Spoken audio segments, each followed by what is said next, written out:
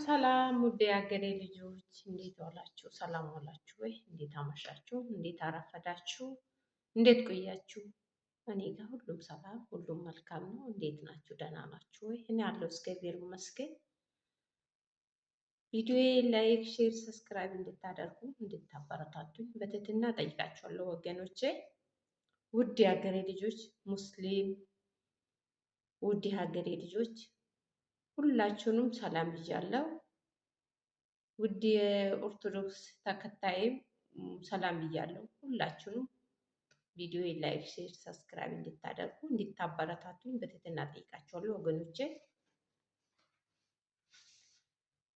ወደ ሌላ ጉዳይ ሲሄድ ማለት ነው ውድ የሀገሬ ልጆች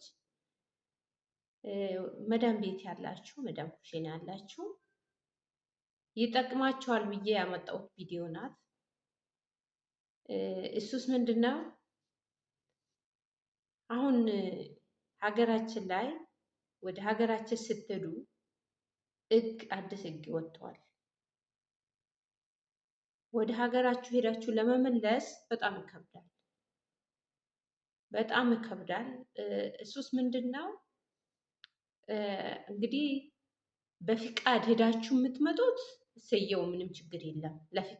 ፍቃድ ለሁለት ወር 3 ወር ፍቃድ እንደተሰጣችሁ በፍቃድ የደርሶ መልስ ትኬታችሁ ሳይአልቅ መመለስ ትችላላችሁ። ግን ቤት እቀይራለሁ መዳም ቤት እቀይራለሁ ብላችሁ ላሰባችሁ ደስ ያለኝን የሰማውን ራሴ የአዩት ላካፈላችሁ ብዬ ነው። ወደ ኢሚግሬሽን ሳትሄዱ በፊት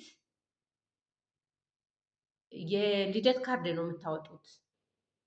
የልደት ካርድ ለማውጣት በጣም ይቆያል። እንግዲህ እንደ አካባቢያችሁ ነው። ግዴታውን እሱን ያስፈልጋል። ፓስፖርት ለማስቀየር የልደት ካርድ ያስፈልጋል። የልደት ካርድ የሌለው ሰው ቶሎ አያልቅም። ያው ታውቃላችሁ አሁን ወቅቱም እንትን ነው። ቀበሌ ሄዳችሁ አስመስክራችሁ ምን እስክትሉ በጣም ይቆያል።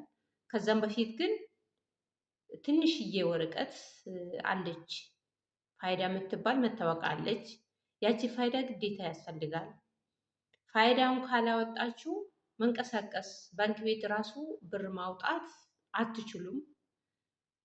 እሷን ፋይዳ አውጥታችሁ ነው ወደ ቀበሌ የምትሄዱት። እሱንንም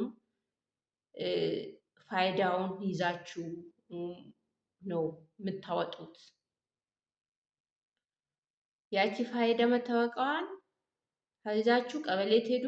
ከቀበሌ የልደት ካርድ የምታወጡት። የልደት ካርድ ካወጣችሁ በኋላ ነው ፓስፖርታችሁን ማሳደስ የምትችሉት። አለዛ ፓስፖርት ማሳደስ አቁሟል። እንደዛ ካልሆነ አያሳድሱም። አሁን ያው እህቴ ፓስፖርቴን ላሳድስ ብላ ወደ ኢትዮጵያ ገብታ ነበረ። ግን አሁን ማሳደስ ያንን ወረቀት የልደት ካርድ ከሌለ ማሳደስ አይችሉም። ተያይዞ ነው ማሳደስ። አዲስ ሳይሆን የዱሮአችን እንደው ድሮ ሮጠን ሄደን ማሳደስ ብቻ ነው፣ መታወቂያ ብቻ ነው የሚያስፈልገን። መታወቂያና ፓስፖርታችን አሮጌ ፓስፖርታችን ነበር የሚያስፈልገን። እኔ ራሴ ቀደም ብዬ እንዳሳደስኩት ምንም ችግር የለም፣ አልተጠየኩም። ያቺ ፋይዳ ብቻ ነው ይዤ ሄድኩት። ግን አሁን ብዙ ጣጣ አለ።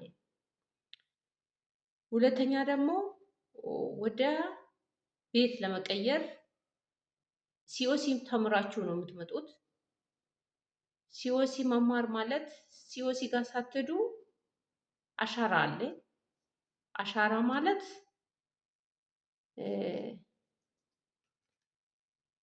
የአይን የጆሮ ያኔ አይን ማለት በፊት ለፊት ግንባር ሁለቱን ጆሮ ዞር ዞር ዘንበል ዘንበል ተብሎ ነው አሻራ የምነሳ። እሱን ነገር እዚህ ሀገርም አይቼዋለሁ።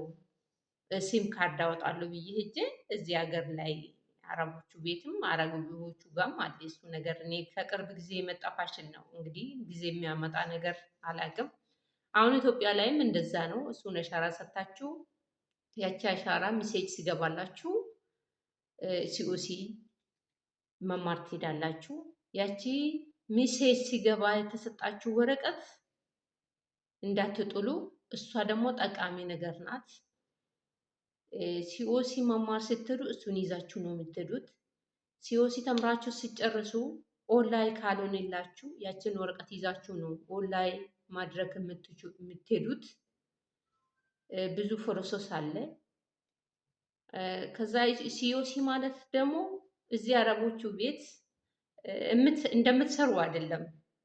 አዲስ ፋሽን ነው እሱ።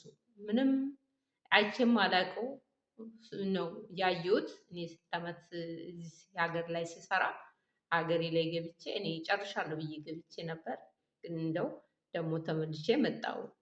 እሱኑ መማር አንድ በፓስፖርት ምክንያት ነው እኔ የገባሁት።